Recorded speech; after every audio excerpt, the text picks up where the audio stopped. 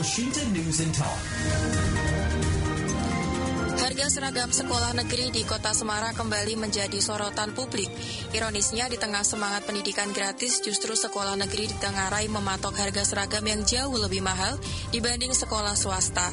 Ada yang harus membayar hingga 1,8 juta rupiah hanya untuk satu anak di SMP negeri. Sementara di sekolah swasta, biaya seragam justru bisa setengahnya.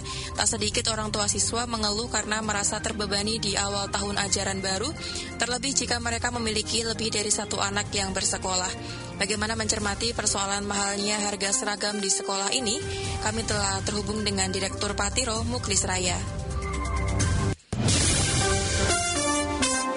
Elshinta News and Talk. Pak Muklis, ini kan terkait dengan mahalnya harga seragam sekolah ya, tidak hanya untuk di SD saja, tapi ternyata juga di SMP dan juga di SMA di Kota Semarang. Apakah kemudian Pak Tiro menemukan ada temuan-temuan harga yang katanya ini lebih mahal daripada di swasta, terutama di negeri sendiri? Ini memang sudah seberapa banyak di Kota Semarang sendiri temuannya, Pak Muklis? Iya, terima kasih Mbak Anissa. Selamat sore, Elshinta.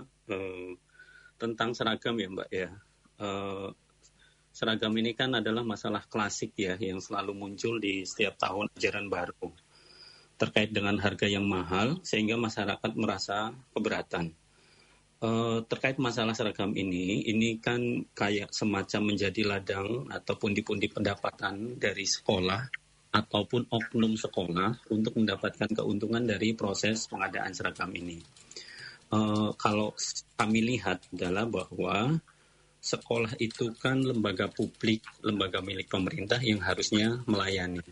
Nah, dari proses ini yang terjadi adalah bahwa kami melihat bahwa tidak terlihat bahwa sekolah itu melayani publik dengan baik. Karena hal-hal selama ini, yang seperti ini itu akan senantiasa muncul di setiap tahun, gitu kan. Nah, kalau saya lihat catatan kami itu sebenarnya ada dua tentang tentang harga seragam ini. Yang pertama adalah harga yang cenderung lebih mahal yang kita temukan di sekolah negeri untuk seragam-seragam itu, dan kemudian ini direlasikan ketika sedang terjadi proses PMB itu. Ini kan proses PMB yang kemudian semua masyarakat ketika mempunyai anak untuk memasukkan ke sekolah, mereka akan dihadapkan kepada membutuhkan dana lebih, gitu kan. Nah, ini menjadi concern kita karena kemudian banyak masyarakat yang mengadu kepada kita terkait dengan penambahan alokasi dana yang kemudian terkesan membengkak di proses PMB ini. Terus yang kedua, jumlah seragam ini penting juga ini, Mbak. Jumlah seragam yang terlalu banyak itu juga menjadi concern kami. Karena apa? Ini kan di sekolah itu kan ada seragam nasional, ada juga seragam khas sekolah. Yang kami cermati adalah, yang kami kritisi itu terkait dengan seragam khas sekolah. Kalau seragam nasional itu kan kita selama ini ya dari turun-temurun kan kita tidak jelas ya. Ada seragam pramuka, ada seragam kekhasan seragam putih biru kalau buat SMP, misal putih merah untuk SD gitu. Tapi yang ini itu terutama di Kota Semarang ya, ini ada namanya seragam khas sekolah. Itu misal ada batik, ada lurik, ada seragam kotak-kotak juga misal. Itu kan seragam khas sekolah ya. Itu ada 3 macam. Nah, ini kalau secara substantif kami tidak menemukan secara substantif dan bertentangan dengan nilai-nilai penghematan dan juga keberlanjutan atau sustainability. Di mana konsep sustainability itu kan kalau dari zaman dulu itu mudah-mudahan ya, misal ada kakaknya punya baju atau punya seragam sekolah, itu bisa dilungsurkan atau kemudian bisa didonasikan ke siswa-siswa lain ketika pasca dia lulus dari sekolah. Nah, konsep keberlanjutan ini dan juga dikorelasikan dengan, kalau kita bahasa sekarang itu ada pengurangan carbon print gitu, yang seharusnya itu menjadi concern atau isu di dunia pendidikan untuk disebarluaskan atau dikasih tahu ke anak-anaknya. Tapi kemudian sekolah itu sendiri dia tidak memberikan contoh yang bagus gitu tentang nilai-nilai ini, Mbak. Itu dari kami, Mbak. Baik, tapi sejauh ini ada tidak sih terkait data ya yang menunjukkan memang masih banyak sekolah-sekolah di Kota Semarang ini yang memberikan patokan harga yang mahal, khususnya di negeri, Pak Muklis? Iya, dari ketemuan kami ya, kami kan bareng-bareng dengan masyarakat sipil yang lain gitu. Kita biasanya tiap tahun kita menerima pengaduan dan kita berusaha cross check lapangan itu kan. Beberapa sekolah, banyak sekolah ya di terutama di SMP negeri itu ya masih ketika kita membelinya itu dengan harga yang relatif mahal gitu kan. Oke, mahal itu kan konteksnya relatif ya. Tapi kemudian saya pikir ini juga relatif ya, karena ini kan kecenderungannya sekolah negeri. Sekolah negeri itu akan menilai bahwa dia akan membanding-bandingkan ya orang tuanya dengan misal tetangganya yang di sekolah swasta gitu. Dan ini masif juga ada di sekolah-sekolah SMP negeri di Kota Semarang gitu. Baik, kemudian untuk di SMA atau SMK ya, ini apakah juga ada temuan yang serupa? Ya, di SMA juga sama. Di SMA juga sama temuannya seperti ini. Yang kemudian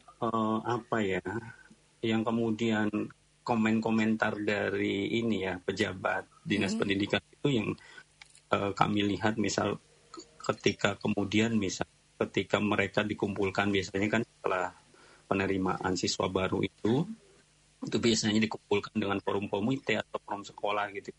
Cenderungnya adalah pihak sekolah itu cenderungnya ngomongnya gini, ya silahkan aja cari di pasar gitu. Kalau kemudian memang tidak memenuhi tidak mau ikut dengan membeli di kita atau membeli dengan sesuai dengan arahan kita gitu kan.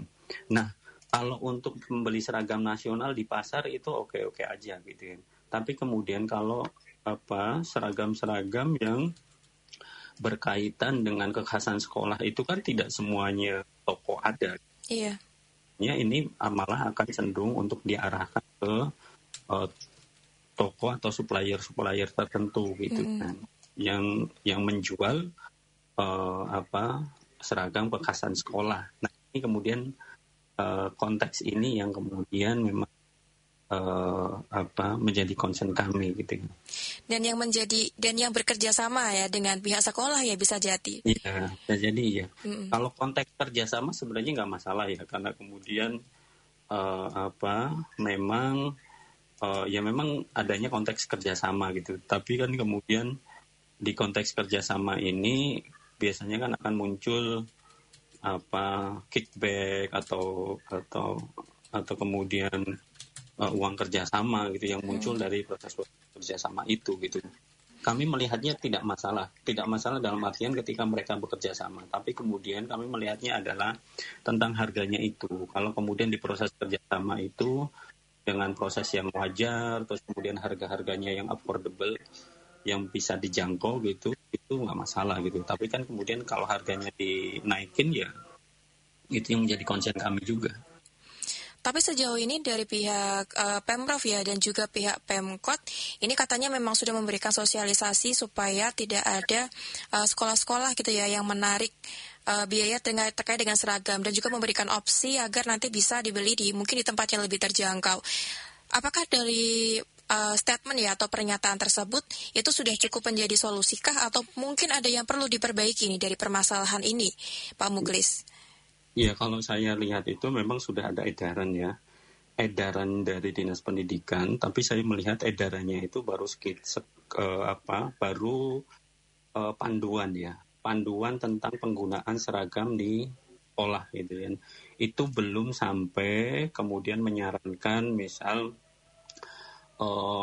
katakanlah harusnya juga diberikan harga standar satuan misalnya.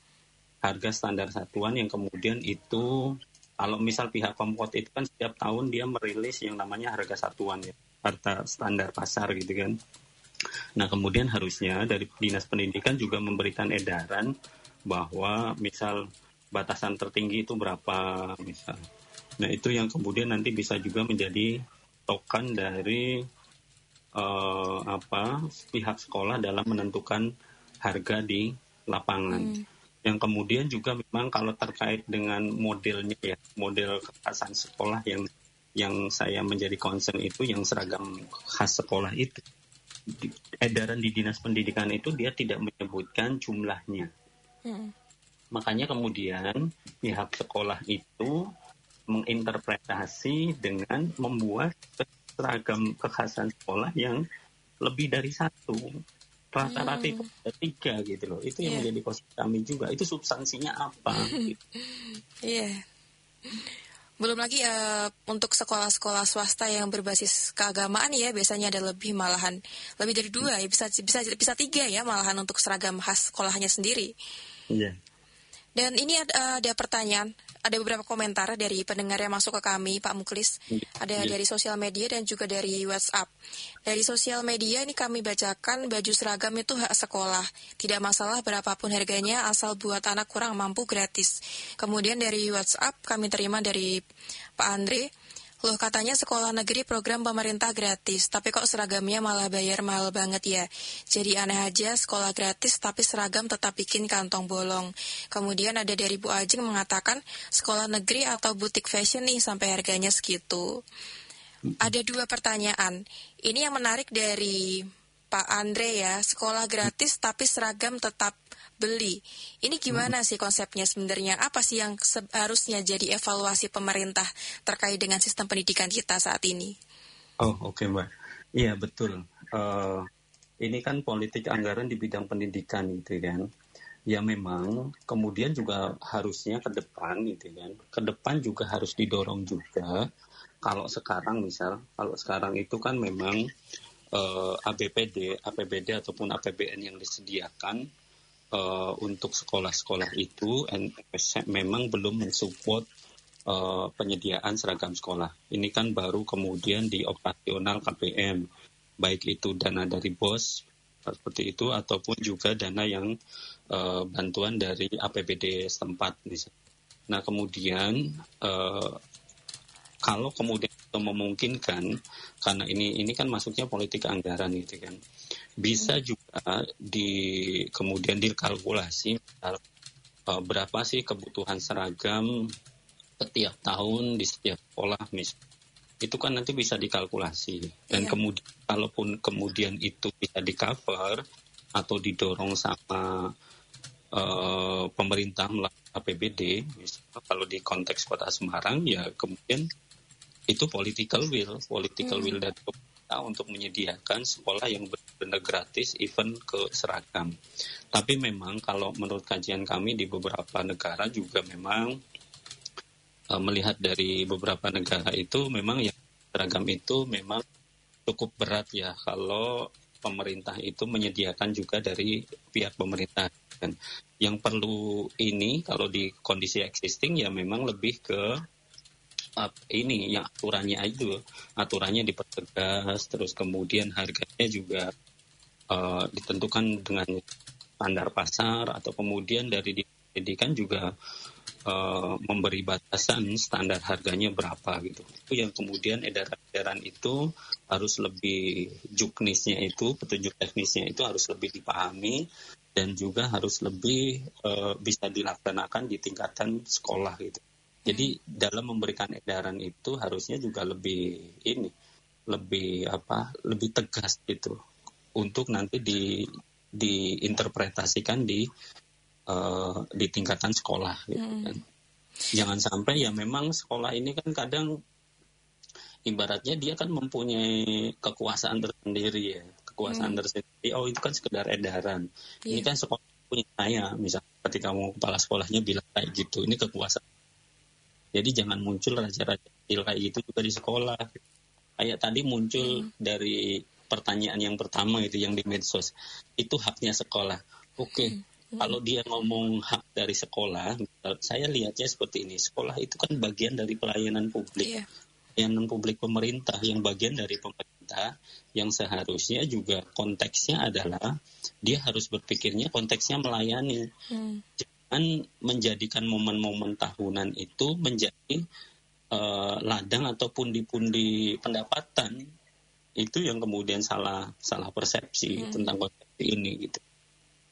Baik, berarti kalau menurutnya dari Pak Muklis sendiri nih terkait dengan edarannya yang sudah dikeluarkan dari Dinas Pendidikan ini, apakah mungkin kebijakan ini atau edaran ini sebenarnya sudah cukup jadi solusi, ataukah mungkin setelah ini harus ada hal yang diperbaiki ya, terkhususnya nanti selain dari melihat harga yang ada di pasaran terkait dengan seragam itu? Iya, ya pastinya ya nanti kita melibatkan masyarakat ya untuk kemudian kami juga sering sebenarnya diundang sama Dinas Pendidikan gitu kan.